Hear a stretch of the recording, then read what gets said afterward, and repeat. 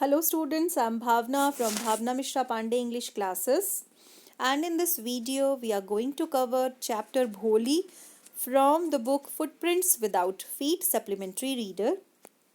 First of all, about the narrator. So Khwaja Ahmad Abbas is the narrator. Time period 7th June 1914 to 1st June 1987 and also known as K.A. Abbas. ये इनका short form में इनको ऐसे जाना जाता था. He was an Indian film director, screenwriter, novelist and a journalist. As a screenwriter, he is also known for writing Raj Kapoor's best films. Raj Kapoor की films में लिखने के लिए ये जाने जाते हैं, famous for that. Now, introduction of that chapter. The story revolves around a girl who, due to accidental fall and disease in her childhood, faces the problem of being dull and ugly. तो story जो है वो एक girl के बारे में है जो कि childhood में एक बार गिर गई थी and उसको कुछ बीमारी हो गई थी. उसकी वजह से वो बहुत ज़्यादा डल थी, अगली दिखती थी एंड लोगों के द्वारा हमेशा उसको टारगेट बनाया जाता था क्योंकि वो बहुत ज़्यादा गुड लुकिंग नहीं थी एंड इंटेलिजेंट भी नहीं थी. हर life turns when she joins a near by school. उसकी लाइफ पूरी तरह चेंज हो जाती है जब वो एक पास का स्कूल ज्वाइन करती है वेयर हर टीचर एनकरेजेस हर, जहाँ पे उसकी टीचर उसको एनकरेज करती है, उसको उत्साहित करती है and helps her to become a learned and confident person. तो उसकी टीचर उसको कॉन्फिडेंस गेन करने में हेल्प करती है. Later in the story circumstances arises. कुछ ऐसी परिस्थितियां उत्पन्न होती हैं जहाँ पे बोली को एक्सेप्टेंस करना पड़ता है मैरिज के लिए एंड वो जो मैच होता है दैट वाज अनईक्वल. तो भोली उसको रिजेक्ट करती है क्योंकि जो ब्राइड ग्रूम है वो डिमांड करता है किसकी, डाउरी की. तो भोली रिजेक्ट कर देती है ये मैरिज प्रपोजल को क्योंकि उसमें भोली के फादर से ब्राइड ग्रूम डॉरी डिमांड करता है, दहेज की मांग करता है. The story shows the rise of a girl against social injustice. तो सामाजिक बुराइयां, जो सामाजिक अन्याय है उसकी तरफ, उसके अगेंस्ट जो लड़की खड़ी होती है उसके बारे में ये स्टोरी बताती है. Now here starts the summary. The story opens up with an introduction of a little girl named Sulekha. तो स्टोरी में बहुत लास्ट में हमको ये पता चलता है कि उस लिटिल गर्ल का नेम सुलेखा है एंड स्टोरी में स्टार्टिंग में उसका नेम क्या दे रखा है, भोली. शी वॉज कॉल्ड भोली फॉर बीइंग अ सिंपलेटन. वो थोड़ा हकला के बोला करती थी इसलिए उसको भोली बोला जाता था. This was so because some part of her brain had got damaged due to an injury during her childhood. और ऐसा इसलिए था क्योंकि उसके ब्रेन में थोड़ी सी इंजरी हो गई थी चाइल्डहुड में बिकॉज शी फॉल. वो गिर गई थी, कहाँ से, बेड से नीचे गिर गई थी इसलिए.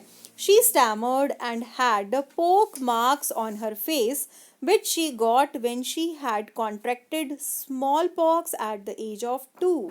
एंड वो स्टैमरिंग भी करती थी. स्टैमरिंग मतलब हकला के बोलती थी एंड उसके फेस पे पोक मार्क्स थे. पोक मार्क्स मतलब उसको स्मॉल पॉक्स की प्रॉब्लम हुई थी एंड उसकी वजह से फेस पे उसके मार्क्स आ गए थे when she was at the age of 2. She was a laughing stock for everyone. हर कोई उसकी हंसी उड़ाता था. हर फादर रामलाल वॉज नंबरदार. और उसके फादर जो थे रामलाल था उनका नाम, वो क्या थे, नंबरदार थे उस विलेज में. He had 3 sons and 4 daughters. तो रामलाल जो थे उनके 3 sons यानी कि 3 बेटे थे एंड 4 daughters थी. भोली being the youngest of all. भोली सब में छोटी थी. Ramlal was always worried about her as she seemed impossible to marry her with her having an ugly face and a dumb mind. Ramlal को हमेशा भोले की चिंता रहती थी क्योंकि ऐसा लगता था ये इम्पॉसिबल था कि कोई उसके साथ शादी भी करेगा क्योंकि उसका फेस बिल्कुल अगली था एंड उसका माइंड जो था वो क्या था, बिल्कुल डम था. One day the tehsildar visited their village to inaugurate a girls primary school. तो एक दिन तहसीलदार ने उनका गांव विजिट किया. वहाँ पे उनको इनाग्रेट करना था एक girls primary school. He persuaded Ramlal to send his daughter to school and उन्होंने परसुएड किया, मनाया रामलाल को ताकि वो अपनी डॉटर को उस स्कूल में भेजे। Ramlal's wife suggested to send Bholi to school. Although she was against sending girls to school because no boy would marry such a girl. Ramlal की वाइफ जो थी उसको सजेस्ट किया गया कि वो भोली को स्कूल भेजे, जबकि वहाँ पे लड़कियों को स्कूल भेजना बिल्कुल अगेंस्ट था, वो सब उसके खिलाफ थे, क्योंकि ऐसी लड़की जो पढ़ लिख जाती थी उससे बॉयज़ मैरिज नहीं करते थे। इसलिए she reasoned that as Bholi had no chance of getting married, so she could go to school. तो उन्होंने क्या तर्क दिया इसके लिए कि भोली का तो कोई चांस ही नहीं है मैरिज का, इसलिए उसको हमें स्कूल भेज देना चाहिए। In the beginning, Bholi was frightened to leave her house, but when for the first time in her life she was dressed up and her hair was washed and oiled, she felt that she was to visit a better place. तो देखिए condition कितनी बुरी थी भोली की। शुरू में भोली बहुत ज़्यादा डर रही थी घर से बाहर निकलने में, घर को छोड़ के जाने में, लेकिन उसको फर्स्ट टाइम ये फील हुआ कि उसको शायद किसी बेटर जगह पे लेके जाया जा रहा है, क्योंकि फर्स्ट टाइम उसको अच्छी ड्रेस पहनाई गई, उसके हेयर वॉश किए गए एंड हेयर की ऑयलिंग एंड कॉम्बिंग भी की गई। तब उसको लगा कि she is going to a better place. In the school she met a teacher, school में वो एक टीचर से मिली who was very kind and polite to her. वो टीचर बहुत ज़्यादा उसके लिए दयालु थी, बहुत ज़्यादा पोलाइट थी। She encouraged her to study and speak with confidence. And उस टीचर ने भोली को एनकरेज किया, सुलेखा को एनकरेज किया कि वो स्टडी करे एंड कॉन्फिडेंस के साथ बोलना सीखे। This field hope in Bholi and she began to go to school every day. And उस टीचर के एनकरेज करने की वजह से भोली में थोड़ा सा कॉन्फिडेंस आया एंड उसने स्कूल जाना शुरू किया। Years passed and her village upgraded into a small town with some facilities like a cotton mill, a cinema and the primary school being converted into a secondary school. और जैसे जैसे time pass होता गया school का जो village का जो school था वो अपग्रेड हो गया सेकेंडरी स्कूल में एंड उस विलेज में और अदर फैसिलिटीज़ आ गई, लाइक वहाँ पे कॉटन मिल डेवलप हुई, सिनेमा हॉल बना एंड प्राइमरी स्कूल जो था वो सेकेंडरी स्कूल में अपग्रेड हो गया। One day Bholi's parents decided to marry her to a lame old man who was a widower but was rich and had not demanded any dowry. So एक दिन भोली के जो पेरेंट्स थे उन्होंने डिसाइड किया कि भोली की शादी कर देनी चाहिए एक लेम ओल्ड मैन से, यानी कि लंगड़े ओल्ड पर्सन से, जो कि एक विडोवर भी था, यानी कि उसकी पहले शादी हो चुकी थी and his wife died may be but was rich, लेकिन वो बहुत रिच था और कोई डॉरी, कोई दहेज की डिमांड नहीं कर रहा था। दिस वॉज द रीजन, इसलिए भोली की मैरिज उससे की जा रही थी। They thought it to be the best marriage proposal for their dumb daughter and fixed up her marriage.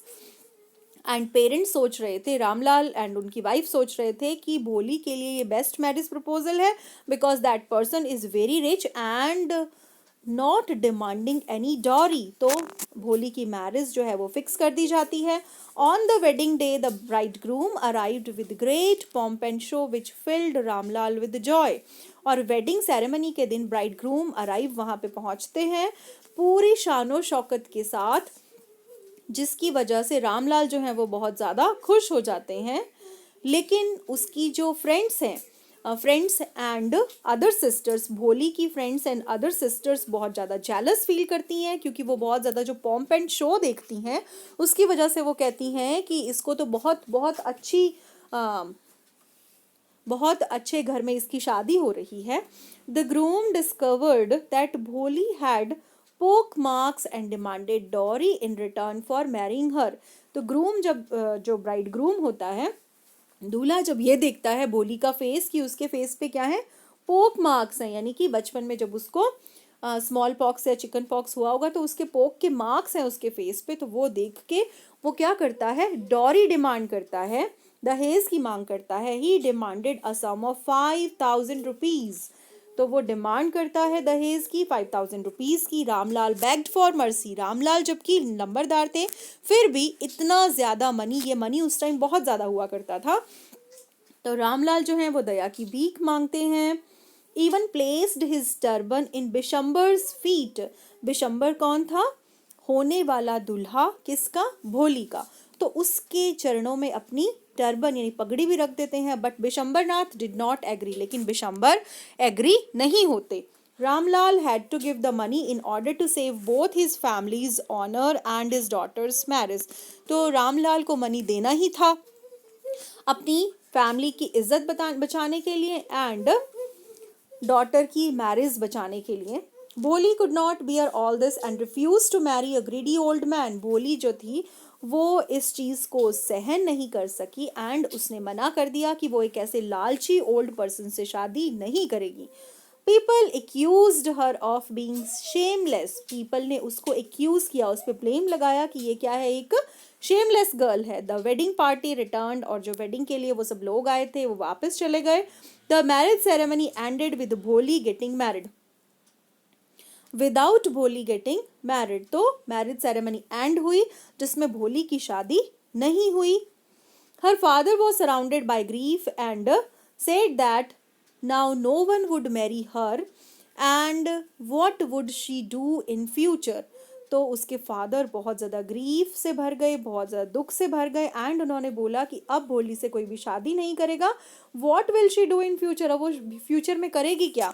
to this she replied that she would take care of her parents, वो अपने parents की take care यानी अपने parents का ध्यान रखेगी। when they grow old, जब वो बूढ़े हो जाएंगे तो उनका ध्यान रखेगी। And would teach in her school, and जिस स्कूल में उसने स्टडी की है उसी स्कूल में वो टीचिंग करवाएगी। Her teacher who was quite watching all this felt proud of her decision, अब वहाँ पे उसकी वो टीचर भी प्रेजेंट थी जिन्होंने बचपन से भोली को पढ़ाया था। She was watching all those things, वो सारी चीज़ें वो मैम देख रही थी। And she felt proud of her decision, and Bholi के डिसीजन पे उनको बहुत ज़्यादा प्राउड हुआ।